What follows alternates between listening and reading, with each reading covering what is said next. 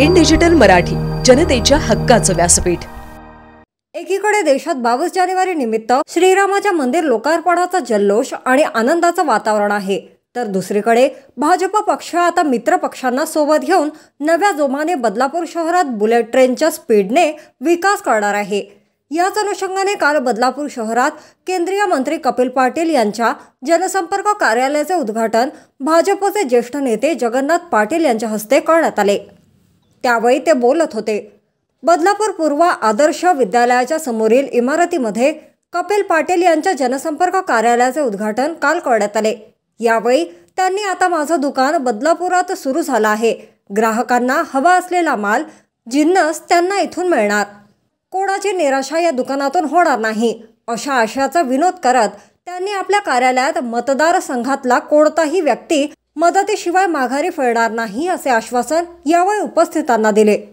केंद्रीय मंत्री म्हणून सतत दिल्ली व आपला मतदारसंघ सांभाळताना कसरत होऊ नये म्हणून त्यांनी बदलापूर शहराशी नाळ बांधली जावी यासाठी या जनसंपर्क कार्यालयाची उभारणी केली असल्याचे त्यांनी यावेळी सांगितले।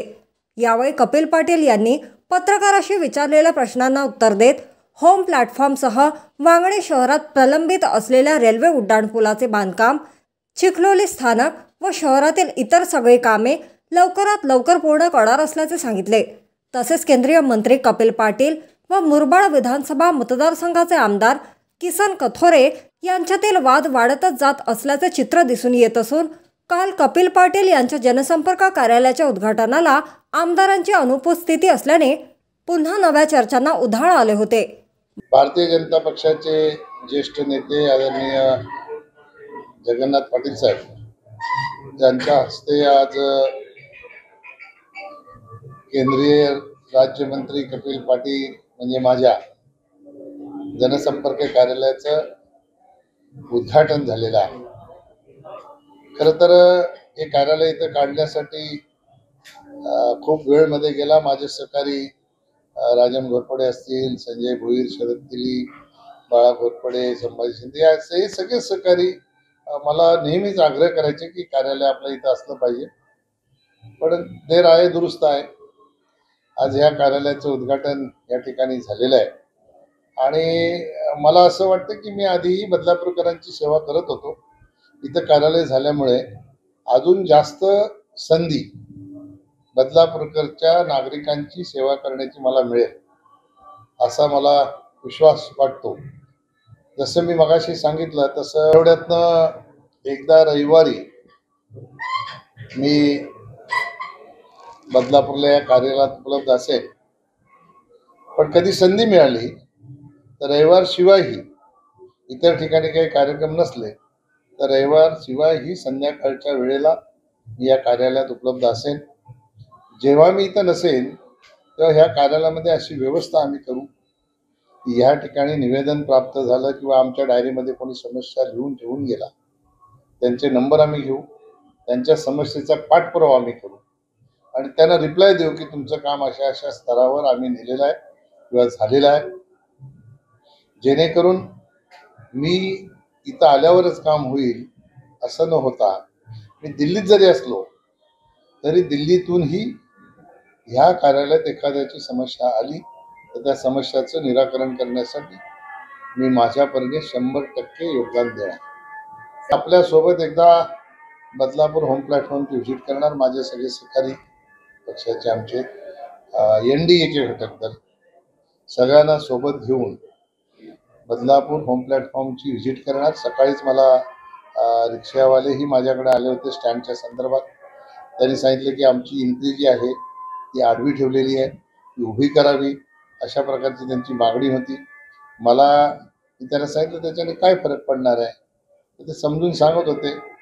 मला काही ते समजत नव्हतं म्हणून मी त्यांना सांगितलं की मी प्रत्यक्षात तिथे येतो, प्रत्यक्षात बघितल्याशिवाय आपल्याला त्याचं निराकरण करता येणार नाही, म्हणून लवकरात लवकर त्या बदलापूर होम प्लॅटफॉर्मला व्हिजिट करून जर पूर्ण झाले असेल तर ते लोकांच्या सेवेसाठी तात्काळ पुरं करण्यासाठी केंद्रीय रेल्वे राज्यमंत्री रावसाहेब दानवे यांना या ठिकाणी आणून त्याचं उद्घाटन निश्चितपणाने लवकरात लवकर करूँ। पहले क्या होता है, प्रोजेक्ट सैंक्शन होता है, प्रोजेक्ट सैंक्शन होने के बाद उसकी सारी मान्यताएं आनी लानी पड़ती है। लाने के बाद फिर लैंड एक्विजिशन का जब प्रॉब्लम शुरू होता है तो लैंड एक्विजिशन में कुछ लोग सपोर्ट करते, कुछ लोग नहीं करते। तो अभी लैंड एक्विजिशन शुरू हुआ है।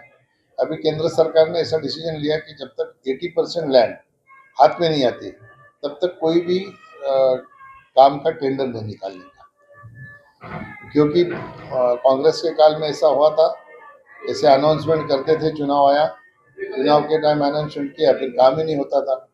अभी 80% लैंड अगर हाथ में रहेगी तो ही टेंडर होगा। इस तरह से निर्णय लेने के कारण थोड़ी सी देरी हुई है, लेकिन जल्द ही वो, अभी देखो इतने 70-80 सालों से लोग मांग कर रहे थे, अभी सैंक्शन हुआ तो थोड़ा सा 70 महीना तो इंतजार करना पडेगा। खरं तर 2 वर्षापूर्वीच्या एक्झॅक्ट मला साल सांगता येणार नाही, पण त्या बजेटमध्ये रेल्वेच्यासाठी जिथे देशामध्ये 2100 फाटक टोटल होते, बजेटचं पुस्तक आपण जर काढलं मागचं, तर सगळे 2100 फाटक बंद करून तिथे रेल्वे ओव्हरब्रिज बनवण्यासाठी तरतूद केली गेली। त्याची प्रोसिजर सुरू आहे। एकदमच सगळे 2100 चालू होणार नाहीत। आमच्या दिवावसई जो रेल्वेचा ट्रॅक भिवंडीतून जातो त्याच्यावरही असे बरेच फाटक होते, त्या सगळ्या फाटकांची कामं सुरू आहेत।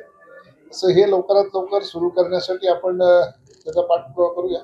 किती विरोधक एकत्र आले तरी एक ही नाम काफी है, नरेंद्र मोदी। देशाच्या जनतेचा त्यांच्यावर विश्वास आहे।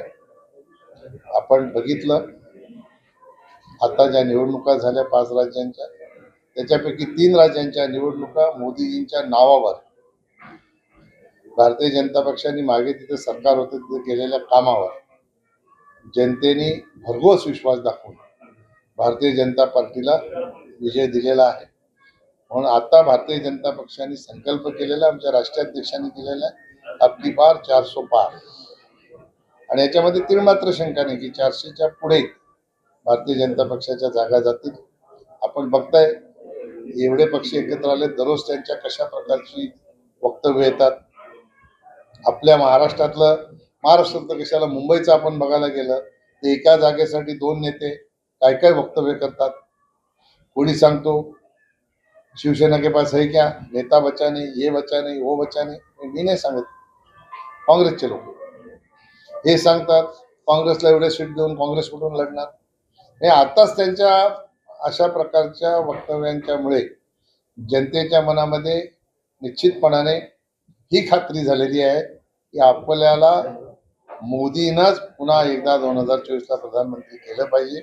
हे यांच्या मागे लागून चालणार नाही। हे आताच असे म्हणतात, उद्या येणाऱ्या काळात जर यांना आपण मतं दिली तर हे असंच भांडून पुन्हा सरकार पाडतील आणि देशावर पुन्हा निवडणूक लादली जाईल।